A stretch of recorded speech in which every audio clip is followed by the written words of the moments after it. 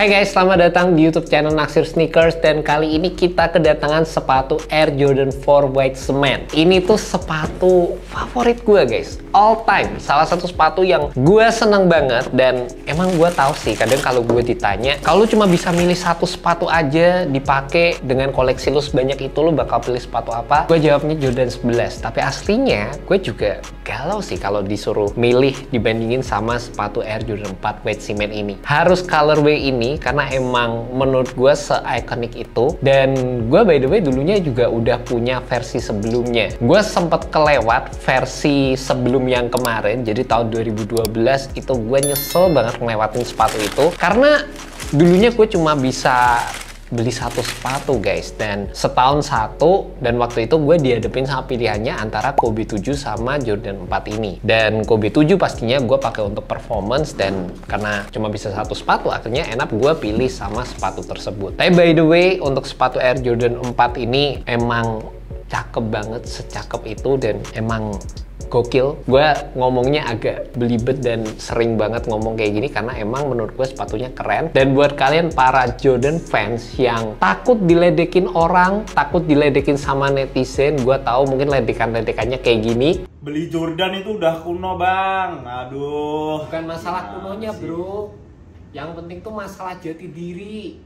Udah kebiasa pakai sepatu Jordan, sekarang nyobain brand yang lain tuh rasanya kayak bukan gua gitu. Ya ile, dikira kita nggak nyampe kali ya. Kita juga ngerti sepatu-sepatu. Sekarang Jordan tuh harganya kalau dibandingin yang lebih nyaman lebih banyak, harga segitu. Lo orang emang nggak ngerti ya bro.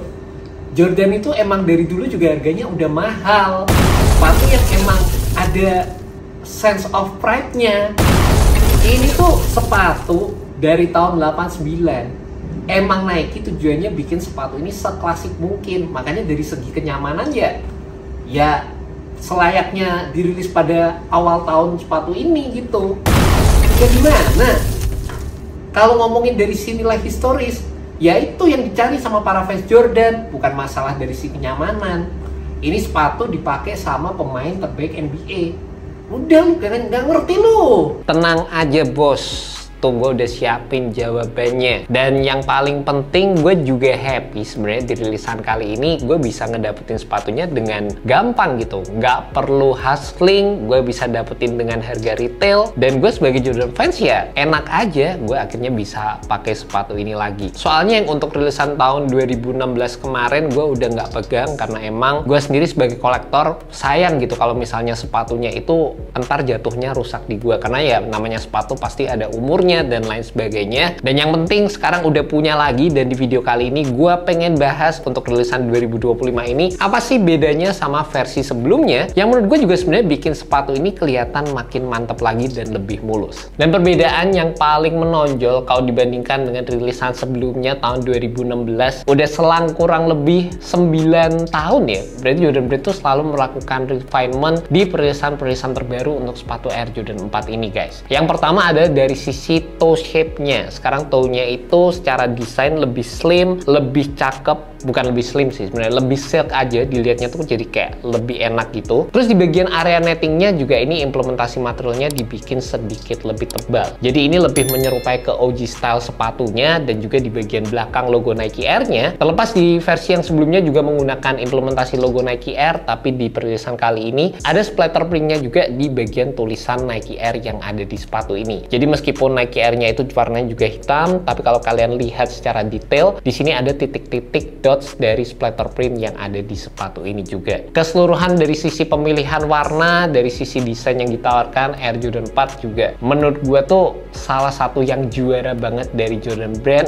Gue emang seneng secara keseluruhannya, dan rasa-rasanya tuh ya kalau misalnya pakai sepatu Jordan 4 ini dipakai beater pun juga jadi salah satu opsi yang menarik. Semakin kelihatan dipakai, semakin kelihatan ada scuff-nya, semakin kelihatan ada kayak goresan-goresannya gitu, kayak makin mantep aja gitu rasanya secara keseluruhan. Dan juga gue pengen infoin ke kalian sih, sepatu ini juga memiliki perbedaan kalau kita bandingkan dengan versi OG-nya, dimana untuk rilisan OG-nya sepatu ini menggunakan implementasi material Durabug, yaitu sejenis sintetik material kayak gitu. Sedangkan untuk perilisan tahun 2025 ini dan beberapa rilisan sebelumnya juga rasa-rasanya itu udah diganti dengan implementasi penggunaan material leather. Leather yang ada di sepatu ini bisa dibilang tuh standar aja sih kalau menurut gue, nggak yang gimana-gimana banget. Oke, secara build quality-nya. By the way, kemarin juga gue udah sempat nyobain sepatu ini selama trip kurang lebih 2 hari ke Jakarta, dan ya sekali lagi secara kenyamanan menurut gue tuh sepatu ini ya pastinya nggak bisa dibandingin sama sepatu-sepatu zaman sekarang, terutama dari sisi build cushionnya, dimana sepatu ini tuh emang ya berasanya klasik banget gitu. Sepatu yang udah ada dari tahun 91, Jordan Brand berusaha untuk bikin sepatu ini seklasik mungkin feel-nya, se-OG mungkin, dan sepatu ini masih sama sih kayak versi sebelumnya, menggunakan build polyurethane di bagian implementasi midsole-nya, dan di area belakang sama di bagian depannya. Di sini kalian bisa lihat ada visible air unit, dan di area depannya juga ada implementasi air unit yang nggak kelihatan sama sekali. Menurut gue dari sisi feel cushionnya sendiri emang berasa firm, butuh break in time, netral banget, dan gue yakin ada beberapa orang yang suka dengan tipe cushioning seperti ini. Kalau buat gue juga kemarin waktu pakai ke Jakarta sih aman-aman aja sih, gue nggak ngerasa yang gimana-gimana dan masih oke banget untuk digunakan sebagai sepatu daily. Cuma kalau gue bisa compare dengan beberapa rilisan setup cushioning yang sama, kadang gue temukan di sepatu Air Jordan 3, di Jordan 4 juga, kadang-kadang gue tuh suka nemu yang build material PU-nya tuh kayak lebih soft, lebih bouncy gitu dibandingkan dengan ini. Yang ini rasanya tuh kayak masih yang standar banget lah, nggak terlalu dapat feedback yang gimana-gimana banget sewaktu gue pakai sepatu ini. Cuma yang gue appreciate juga di perilisan kali ini, Jordan Brand tuh ngasih build material insole yang lumayan sih, dan ini menurut gue ngebantu banget dalam memberikan kenyamanan juga sewaktu gue pakai sepatu ini di trip gue kemarin. Jadi insole-nya tuh build-nya tebel, ada lengkungan arc-nya juga di bagian tengah, bikin nyaman, dan ini menurut gue sih sangat-sangat ngebantu ya, karena Jordan Brand kadang-kadang juga lumayan inconsistent gitu. Kadang-kadang kita dapat build midsole yang bagus kayak gini, kadang-kadang ada yang biasa aja, kadang-kadang ada yang emang yang warna hitam tuh apa, Dreamcell ya, itu juga menurut gue jadi opsi yang paling basic dan nggak terlalu nge-support secara keseluruhan sepatunya gitu guys. Cuma di sepatu ini menurut gue lumayan, dan satu hal lagi yang gue pengen take note ya waktu gue pakai dan gue pegang kayak gini waktu review, sepatunya